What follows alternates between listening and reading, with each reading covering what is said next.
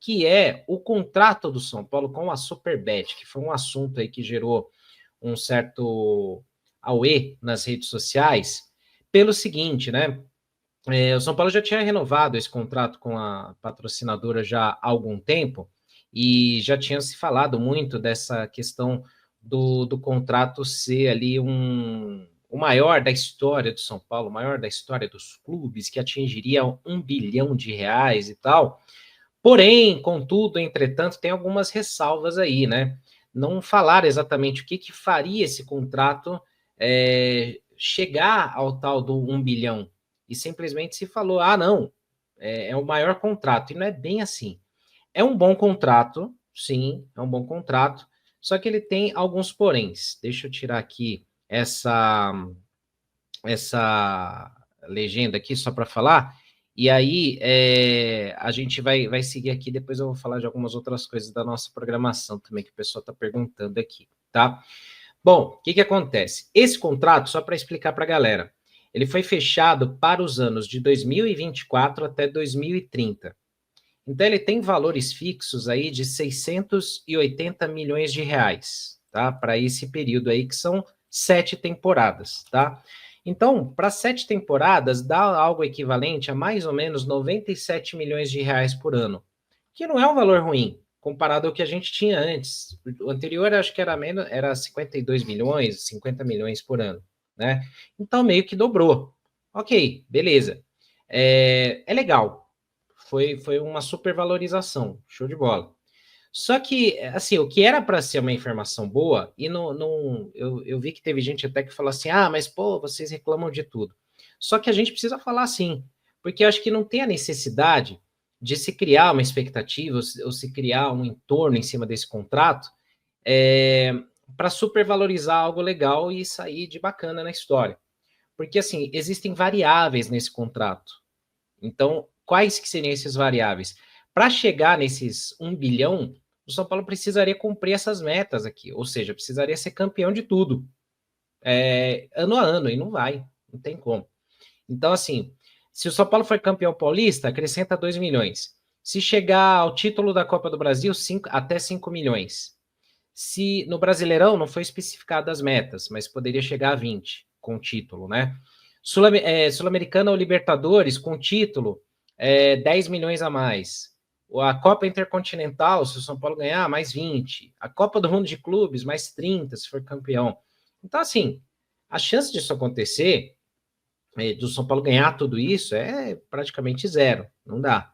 Então, eu acho que, assim, foi feito um auê muito grande que a gente precisa comentar, porque acho que é desnecessário, né? O contrato é bom, o São Paulo aumenta os valores, é claro que isso vai ficar defasado, então tem uma questão da correção dos valores ano a ano, mas eu acho que rolou uma pavonice em cima disso, né, Fernandão? Porque até uma notícia que é para ser boa, ela acaba virando notícia contra ou motivo de crítica por conta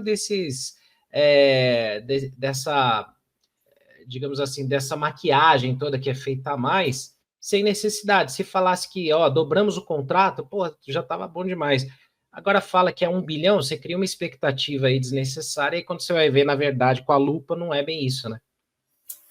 Não, exatamente isso. Quando você fala o valor exorbitante de 1 bilhão, torcedores já criam uma expectativa muito grande, né, que o time vai ter dinheiro para contratar, para poder utilizar para muitas coisas, para sanar dívida e tal, que não é o caso. Né?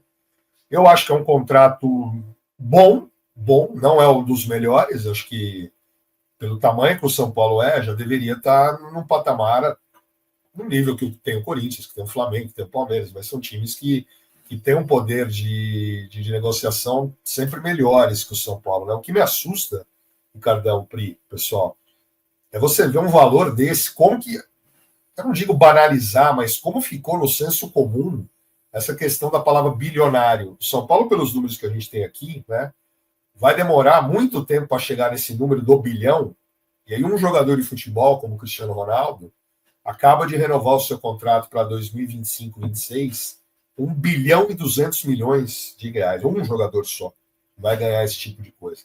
E um time como o São Paulo tem que batalhar durante 10 anos para chegar num contrato de patrocínio, né? Como que O dinheiro dá e vender, principalmente no mundo árabe, né? Como a gente está vendo. Mas o que me assusta é a questão das metas, né? Porque você cria determinadas expectativas num time que não vem uma saúde financeira e política com problemas e dentro de campo também não jogando, com tanta expectativa para ter essas metas alcançadas. Tomara que sim, é a torcida. A gente ter dinheiro para poder renovar, né, elenco, para fazer o São Paulo de novo ter uma saúde melhor em todos os aspectos. Mas é muita grana num período longo de tempo, não é uma coisa que resolve agora. É uma pena que, às vezes, a negociação para o São Paulino, para São Paulino, que acha que o time poderia estar no estado melhor, sabe que não vai ser dessa forma, né? Porque, até falando aqui com a Pri também, né, Pri? Todos os clubes divulgam, né, essa coisa de, pode chegar até tal valor, porque tem meta, tem aceleradores, isso é normal ter.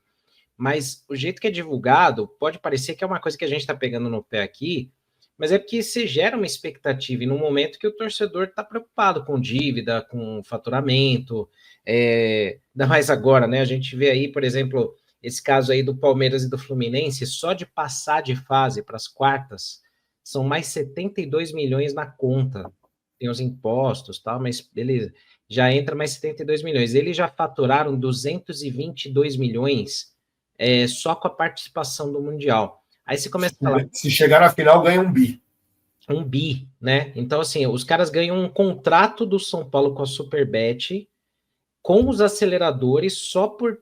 claro, se chegarem na final, que é difícil, mas a gente fica com essa preocupação de falar, porra, a distância vai ficando cada vez maior, e aí fica dando a impressão que, assim, porra, deixa eu soltar uma notícia aqui para tipo, dizer que a gente não tá tão atrás.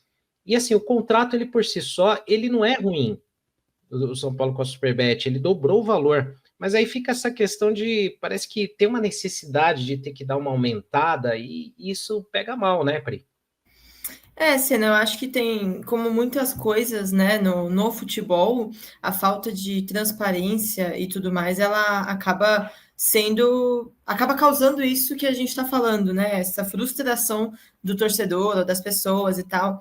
É importante até a gente trazer aqui que o CEO da Superbet, o Alexandre Fonseca, ele já tinha informado, porque o São Paulo, quando renova, ele publica isso por meio da imprensa, né? Eu mesma fui uma das que publiquei, imagino que o Sá também tenha reportado isso ao AT, esse possível valor de 1 bilhão, né? Mas aí o CEO da Superbet deu uma entrevista para o UOL, onde ele falava que o montante fixo era de mais ou menos 600 milhões, né? E aí esse valor hoje a gente descobre que é de 680 milhões, e que mais da metade da quantia total era garantida nesse acordo e tinha mais...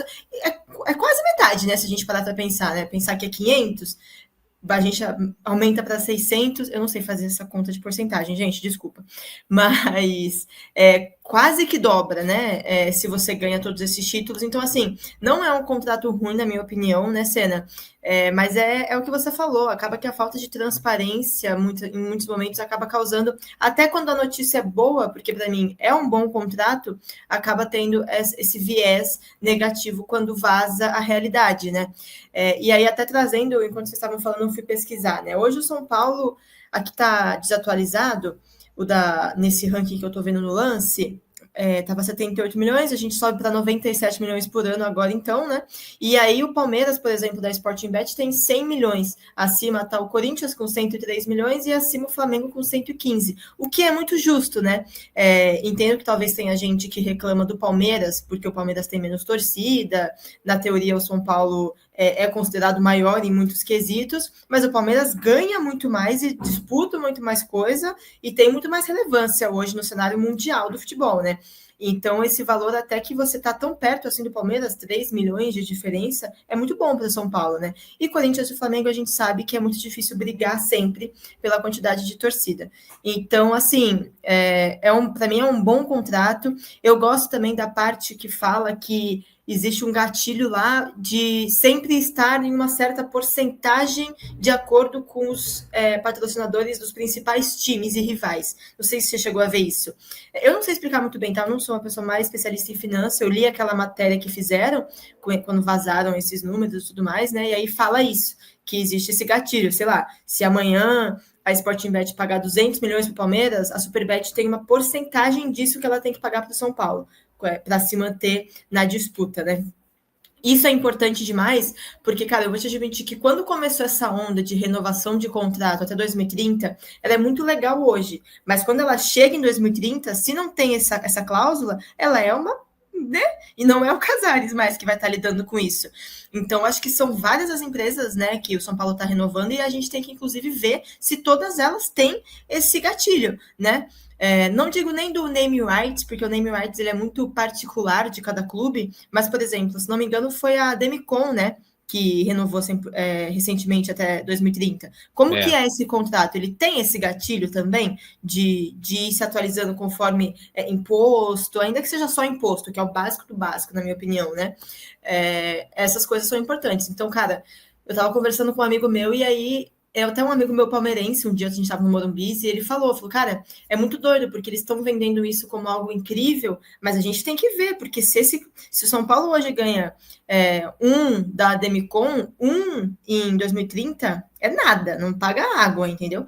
Então, esse contrato da Superbet ficou bem feito nesse sentido, né? Mas, como sempre, até alguém comentou aqui no chat, no São Paulo nada é como é, sempre, né? Sempre não é. Você entendeu? Fez sentido o que eu falei? E aí é isso que deixa a galera pé da vida, né? Não, e isso tem razão, porque assim, os contratos por padrão é igual quando você compra algum item assim de longo prazo, eles têm uma correção, né? Por exemplo, alguns são corrigidos pelo IPCA, que é o índice de inflação e tal, beleza. Mas às vezes, se você só corrigir por isso, você também fica defasado, porque, por exemplo, a inflação, sei lá, não sei quanto que está hoje, se é 6, 7% ao ano, não sei. Mas, por exemplo, se você acrescentar que o valor de 97 milhões ao ano, ele corrige mais 7% para o ano que vem, beleza. Ele vai só dar uma acompanhada no valor do mercado. Só que o problema é justamente isso. Você tem um lado bom de você assinar um contrato até 2030, que é você garantir receitas que vão entrar garantidas até 2030. Por exemplo, se o Arquibancada Tricolor assinar um patrocínio aqui até 2030, porra, excelente. Sinal que, a gente está com credibilidade no mercado, que tem uma empresa que acredita na gente, que está investindo na gente com o tempo. Isso é muito bom. Isso passa para o mercado uma imagem boa. Só que, ao mesmo tempo, tem aquilo. E se nesse meio tempo, né, vamos falar que é para jogar para o universo, o Arquibancada Tricolor fica tão grande quanto a Cazé TV. Aí, o que acontece? O contrato que a gente fechou hoje, em 2025, quando a gente ainda está aqui começando a crescer, ele já ficou defasado, cara. Ele já não é o mesmo. Então, tem que ter esses gatilhos, tem que ter algumas previsões, porque senão você tem um lado bom e o ruim de você fechar um contrato tão longo, né? Isso acontece muito na Fórmula 1. O piloto vai lá, assina para ele entrar na categoria e amanhã o cara explode. Aí a McLaren quer contratar o cara não pode porque ele já está assinado com a, sei lá, com a Sauber e ferrou, né? Então, eu acho que é nesse ponto. O contrato, como a gente falou aqui, é um elogio, ele é bom, cara, ele dobrou o valor, ele tá, como a Pri falou, equiparado aos valores dos outros clubes hoje, em 2025. Mas em 26, será que vai estar equiparado? Será que em 27 vai estar na mesma, né, Fernandão? Porque aí é aquilo, se a gente não acompanhar, se não tiver gatilhos viáveis, né? Aqui a gente vê, por exemplo, se o São Paulo chegar na semifinal da Copa do Brasil, aumenta 1 milhão. 1 milhão talvez não faça cócega para um time de futebol, né? Então não é que a gente está reclamando, então não devia assinar? Não é isso. Mas esse contrato ele tem que acompanhar os demais também, né?